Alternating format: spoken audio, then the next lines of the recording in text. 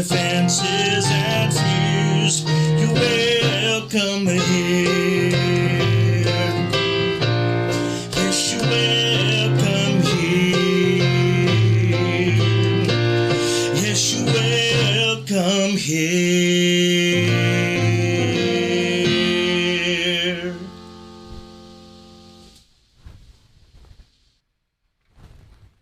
Good afternoon. I'm Reverend Dave Thompson, and I'm really excited to bring you back to our Civil Human Bible study.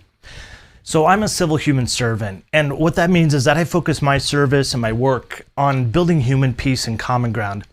And so it's in that effort that I'm looking at my own spiritual heritage, the teachings of Jesus, to try to find those teachings that I feel are applicable across the board to all people, regardless of our different faiths and our different politics and our different lifestyles.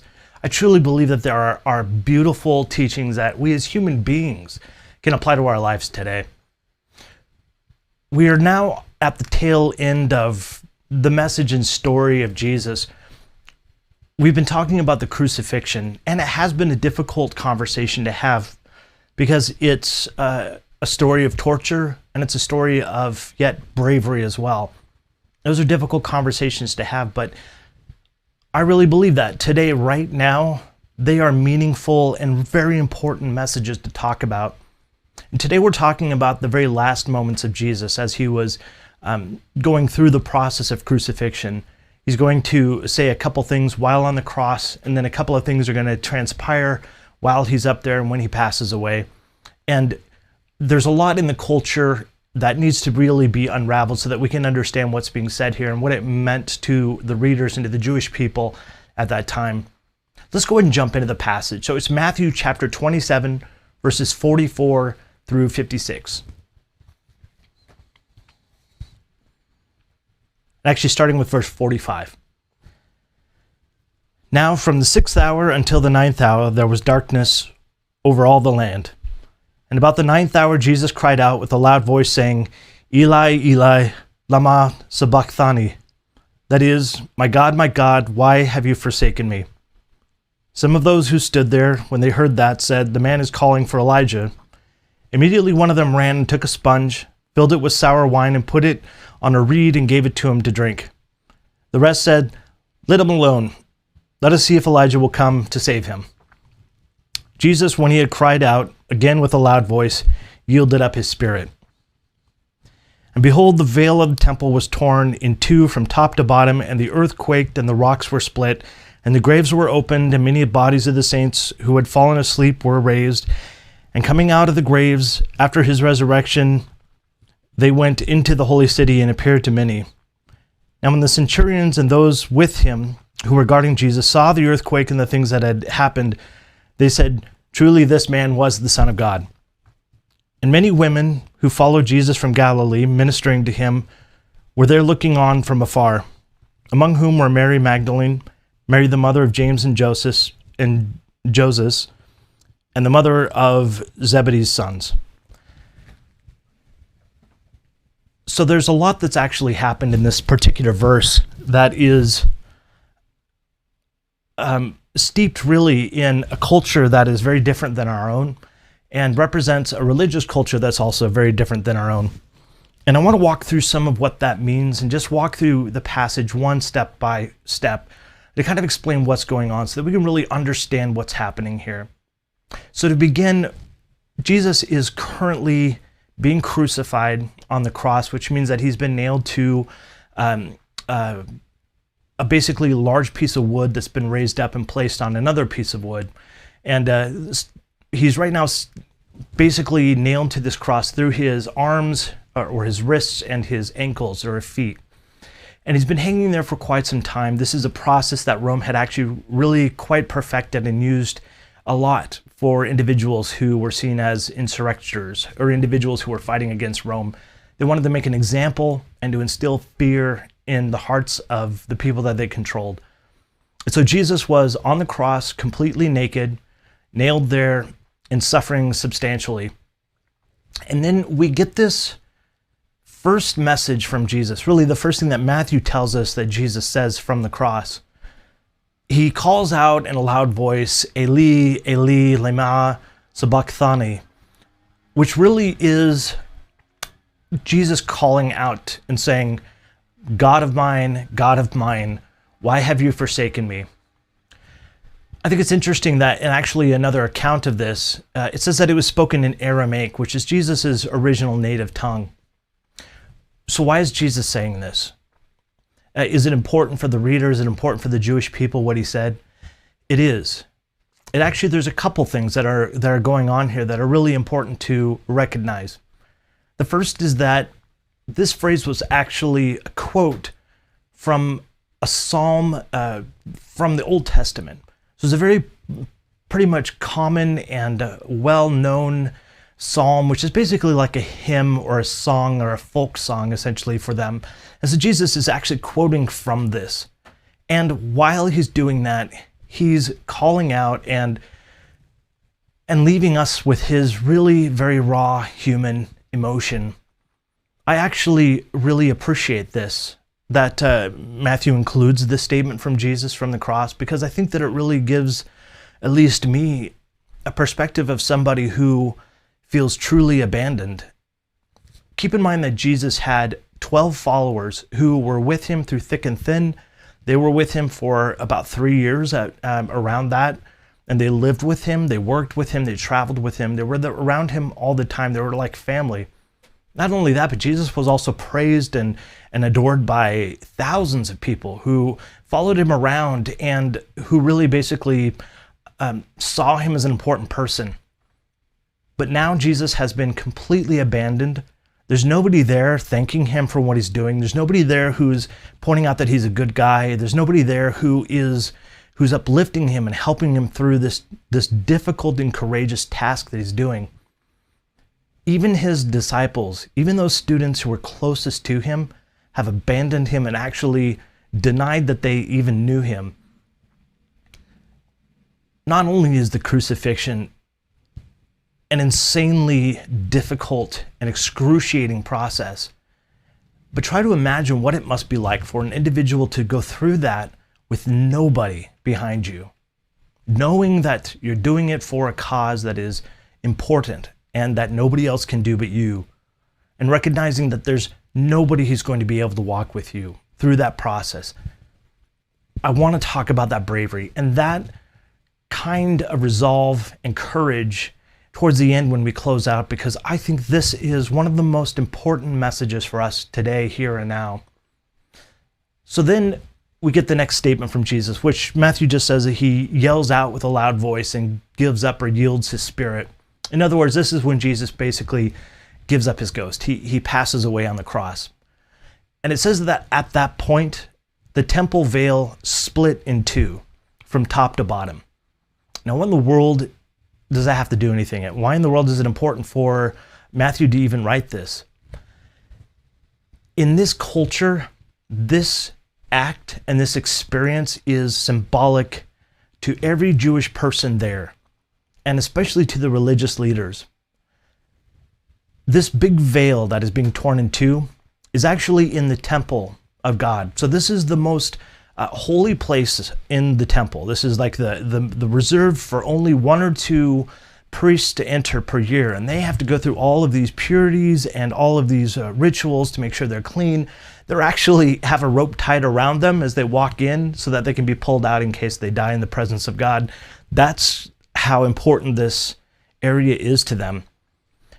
And there's the holy court, which is basically this area that includes this Holy of Holies. And then there's this big veil that comes between the outer part of that area and then what is called the Holy of Holies, or the set apart of set aparts.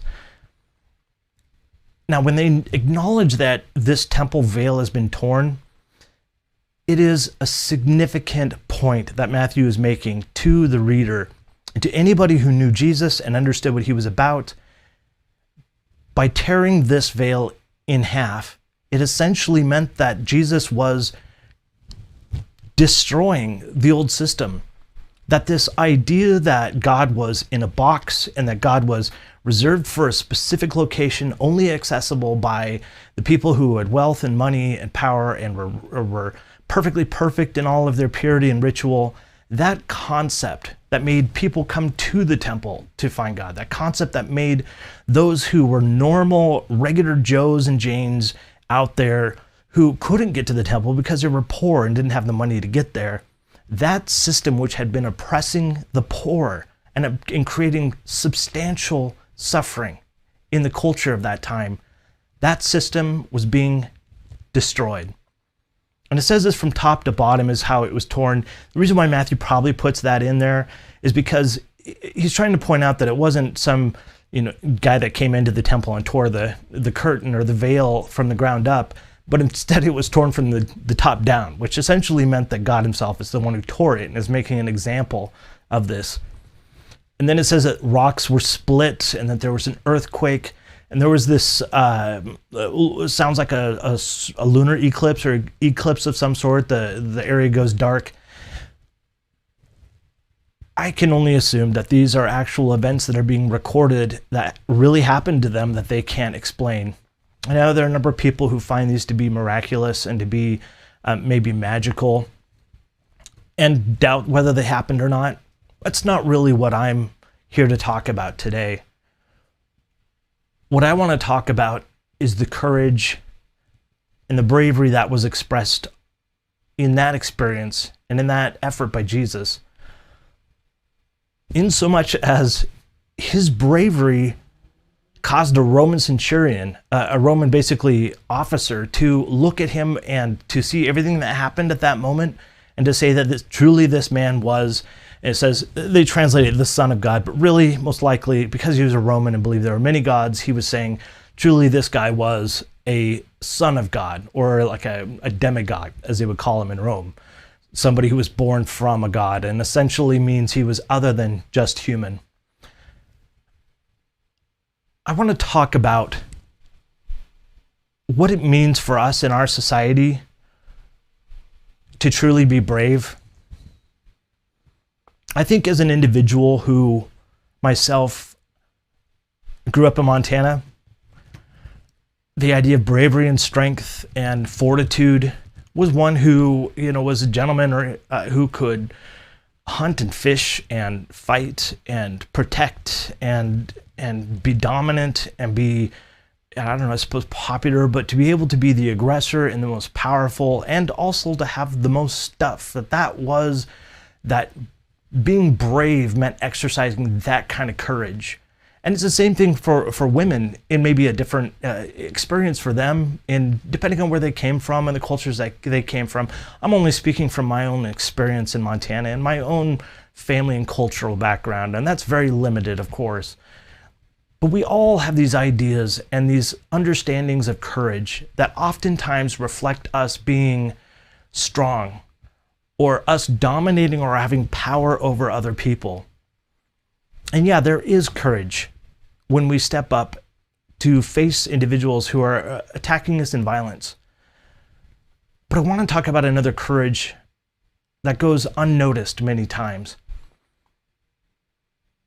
When we oftentimes look at all of this forceful and control courage, we sometimes forget to look at those whose courage comes in the form of denying themselves, whose courage comes in the form of standing up against the masses and the mobs, who stand up against the powerful, who stand up against those people who call themselves brave and who call themselves the elite and the courageous, those who pride themselves on being, in many ways, machismo, or having some concept for men, oftentimes, having some concept of power and bravery being exercised through military or through strength or might.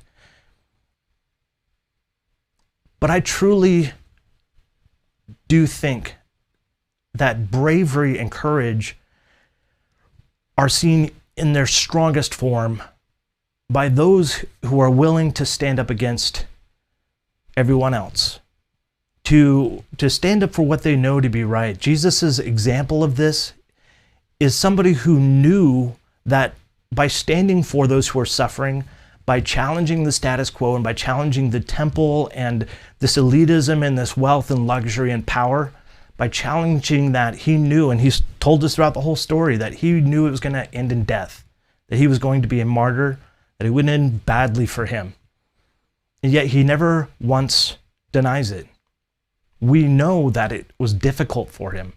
We are given this picture of him just before the crucifixion when we talked about the Garden of Gethsemane, where he's weeping and sweating and anxious just before he's being betrayed and handed over to the religious leaders. And then we see Jesus on the cross going through all of this absolutely alone, even to the point where he calls out and doubts even that God is on his side. And I have absolutely no doubt that Jesus felt that way as a human being. And I know people will look at the passage and perhaps there is some layer of meaning to it that Jesus knew was happening. And yeah, he was a wise individual to allow his experiences to be an example of a lot of the culture that they needed fulfilled.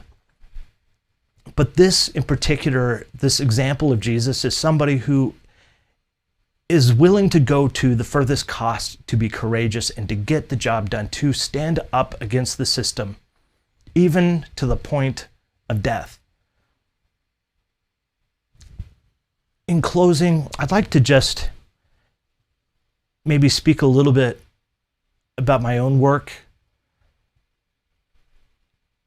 When we start talking about the idea of peace and common ground, surprisingly, that can be a pretty lonely road. When I began to feel a calling to work towards peace and common ground, I felt that I needed to reach out to those people who saw me as the enemy in many ways. And so I reached out to people across the aisle and met with them, ministers who represented a way of thinking that was basically the opposite of what many people thought I was going to represent. And as an individual who went there to represent and talk to conservative ministers about LGBT issues and about the issues of those who are minorities in our congregations, who have been marginalized and pushed to the sides, that their human condition hasn't been welcomed in the church oftentimes. When I sought to look for peace and common ground, it meant that I would have to go to these ministers alone. As I tried to approach the LGBT community, oftentimes I didn't receive much in the way of encouragement. And understandably so, I know that, and I myself have been hurt by individuals who exercised power and were on the popular bandwagon, and so they felt the luxury of being able to ridicule me or to ridicule those in the LGBT community or to ostracize and point them out as being, a human condition that we don't accept. As I reached out and as I met one-on-one, it was a lonely process. It was difficult because there was nobody on either side who wanted to talk to me initially, because both sides didn't like the other. And if you weren't on their side, you better not be on the other person's side or even talking. Coming from a place of division and trying to find peace and common ground. But this is where the truth of the matter lies. And what I found in my experiences in building peace and common ground is that we all really want that. Whether or not we say it or not, we do have the emotions and the hurt that come from the divisiveness and the war that goes back and forth. But when it comes down to it, we all agree on more things than we disagree on. And it was my effort to try to find those commonalities in our human nature that allowed us to live together in peace, to be able to disagree with each other on key points, yes, but to do that respectfully and peacefully. I bring this up because I want to encourage you, if you know somebody in your life who is trying to do that kind of ministry where they have to go alone, where there's not going to be a lot of people helping them. Anybody who works with the homeless is probably going to find themselves in a lonely occupation, because people know that they want to help homeless people, but it's a different thing altogether to get down to the streets and help them. If you know these individuals, may I encourage you to be a source of encouragement to him or her. The fact of the matter is, Jesus was capable of going through the crucifixion and this utter suffering, and to exude this concept of bravery and courage in a way that many people have not been able to do. And for those people who do that in our society, I would want to encourage you to just give them some encouragement, to let them know that they're not alone, that you appreciate what they're doing, even if it's just a simple thank you, a thank you card, a Starbucks card, just to say thank you, even just a text. It really makes a difference, and it will enable them to be even much more braver and much more courageous. And so in closing, I want to just reiterate the difference between power and dominance and courage and bravery. There are so many in our life right now who have decided that being courageous means fighting the other side, that being courageous means having the power to lord it over other people, whatever side you're on.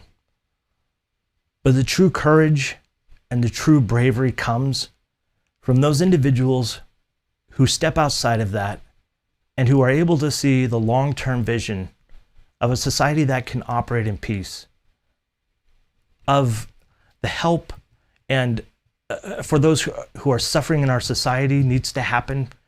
While everybody's trying to fight, these individuals are trying to help those who are lost on the sides and marginalized by everything that's happening. And I just want to encourage you with that, to maybe think of opportunities that you might have to stand up against the majority, to stand up and encourage other people to seek peace and reconciliation as opposed to violence and anger. As we've gone through this story of Jesus, I hope that you've seen an example of somebody as a human being who is able to stand for courage and bravery, even against those who are in power and those who are living in luxury, that even though it comes at a cost, it brings the fruit that Jesus's work actually brought. And that was to overturn an entire civilization and to have an impact years down the road that would inspire people like Gandhi and Martin Luther King Jr. I want to thank you so much for being a part of this Bible study, and it's been an interesting experience for me, just because it's a different way of looking at my own spiritual heritage that has brought some things to my attention in this story that I never saw before. And I really appreciate you being a part of that experience with me and encouraging me to continue to do that. I want to just make sure that you know this, and I really do mean this when I say this at the end of the show, that until we do meet tomorrow live at noon, that I do love you. And I mean that. And I truly hope that you love yourself, because it is the only love that we have any control over in this world. And so now I would invite you, as we go about the rest of our day, to join me as we love those around us the same way. Thank you.